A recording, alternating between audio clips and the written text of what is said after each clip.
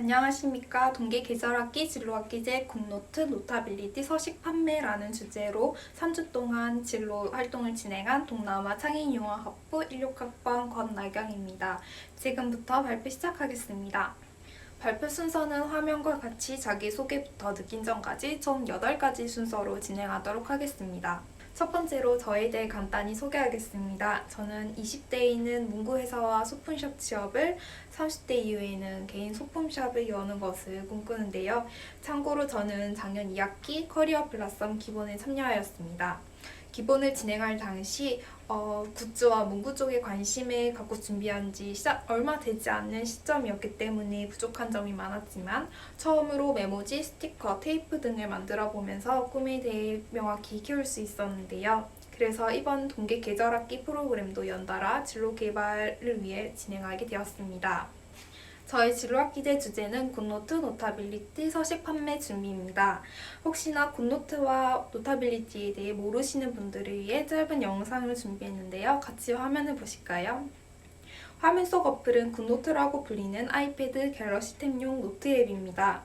주로 대학생, 직장인들이 사용하며 일기, 필기 등 다양한 용도에서 사용 가능합니다.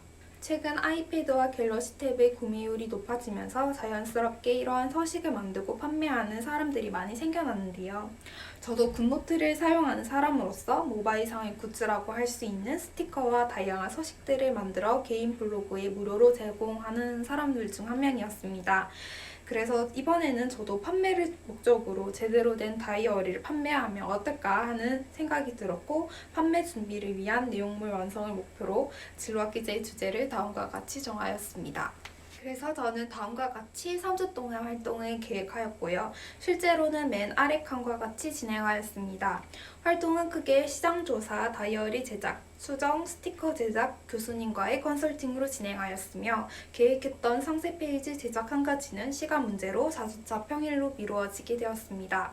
자세히 살펴보도록 하겠습니다. 우선 1주차에는 서식 판매 시장 조사를 진행하였습니다. 주로 서식 판매는 네이버 스토어에서 이루어지기 때문에 네이버 스토어 기준으로 인기 서식 등을 분석하였는데요.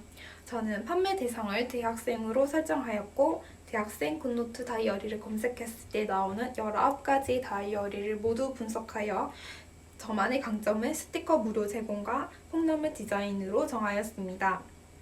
19가지 다이어리에서는 스티커가 제공되어 있는 다이어리가 하나도 없었으며 디자인의 선택의 폭도 좋았기 때문입니다. 또 마인드맵을 통해 각 페이지 간의 연결 구조를 정리하기도 하였습니다. 2주차부터는 본격적으로 다이어리를 만들기 시작했는데요. 우선 페이지 연결 방법을 익히고 유튜브와 클래스 101을 통해 여러가지 스티커를 만드는 법을 익혔습니다. 화면 속 사진은 제가 연습한 결과물입니다.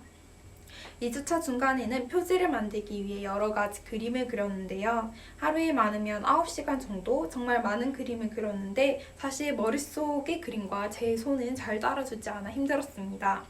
네이버 스토어 맨 앞에는 보통 표지를 먼저 넣기 때문에 표지에 대한 욕심이 큰데 3주차 안에는 다 끝내야 한다는 부담감도 적지 않아 있었습니다.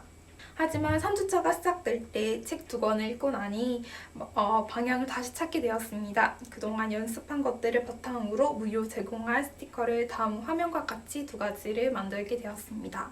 최대한 심플하게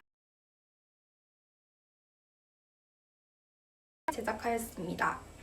3주차에는 다이어리 속지 제작을 시작하였습니다. 표지를 펼치고 들어가면 다음과 같은 홈 화면이 뜨게 만들었는데요. 그림도 1주차에 배운 것들을 바탕으로 활용하여 만들었고, 오른쪽 버튼도 1주차에 정리했던 마인드맵을 바탕으로 위치를 정하였습니다. 다이어리를 만드는 데 있어서 머릿속이 백지인 상태에서 시작했던 일이라서 한 페이지 한 페이지를 만드는데 정말 많은 시간이 들었는데요. 3주차부터는 하루 6시간 이상 속지를 만들었던 것 같습니다.